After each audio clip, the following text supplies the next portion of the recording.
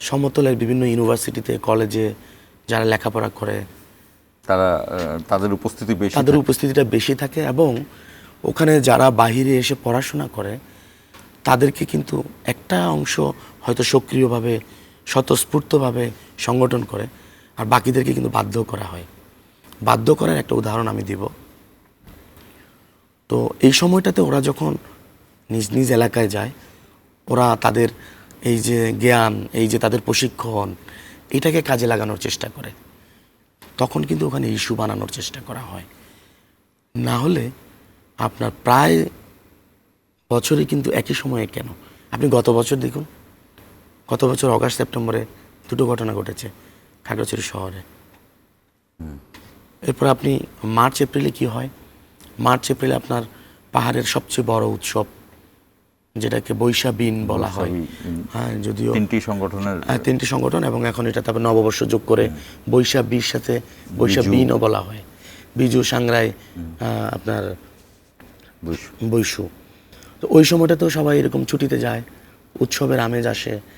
এমন একটি পরিস্থিতি তখন তৈরি করার চেষ্টা করা হয় যে তারা নির্বিঘ্নে কোনো উৎসব করতে পারে না, বিষয়টাকে ফোকাস করতে চায়। আর সারা বছর যে এখানে তাদের যেই ট্রেনিংটা চলে, সেই ট্রেনিংটা তখন ওইখানে প্রয়োগ করা হয়।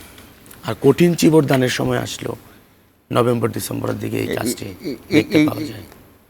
এবারকার ঘটনায় কি এই যে সরকার পরিবর্তন হওয়ার পরে, দীর্ঘ সময়ের একটা সরকার ছিল, সেই সরকার পরিবর্তনের সাথে এই ঘটনার কোনো লিঙ্ক আছে? হ্যাঁ, আপনি বিশ্লেষণ করলে পাবেন এই অর্থে 5ই অগাস্টের পরে প্রথম যে সেপ্টেম্বর আসলো, তখন কিন্তু প্রথম ঘটনাটা ঘটেছে খাগড়াছড়িতে, এবং প্রচুর সাংবাদিকদেরকে বিজু উৎসবের ধারণ করতে দেওয়া হয়নি। আপনি জানেন বিষয়টি, এটি তো পরে এসছে।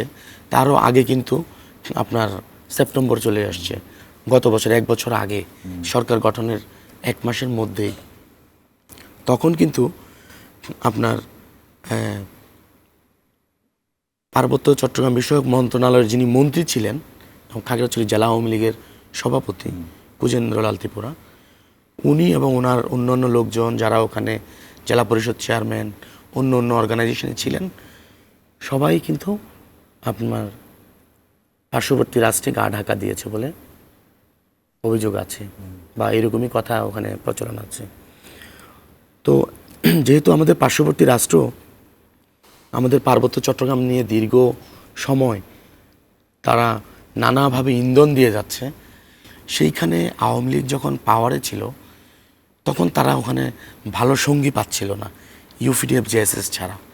দেখুন 5ই অগাস্টের পরে পার্শ্ববর্তী রাষ্ট্রের হাতে আওয়ামী লীগটাকে তারা পেয়ে গেল, তাহলে অর্থ, জনবল সবকিছু তাদের সহজলভ্য হয়ে গেল, এবং মনস্তাত্ত্বিক জায়গাটায় আওয়ামী লীগ, এবং আমাদের দেশকে অস্থিতিশীল রাখতে হবে, সেজন্য পাহাড় কিন্তু একটা খুবই গুরুত্বপূর্ণ জায়গা।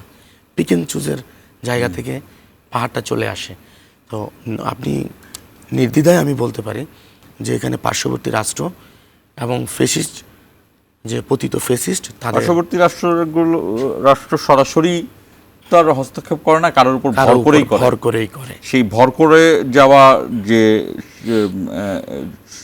সুযোগটা, সেটা পার্শ্ববর্তী রাষ্ট্রের জন্য শক্তিশালী হলো, কারণ তারা অন্যতম শক্তিশালী সংগঠনকে এই কাজে লাগাতে পেয়ে গেল।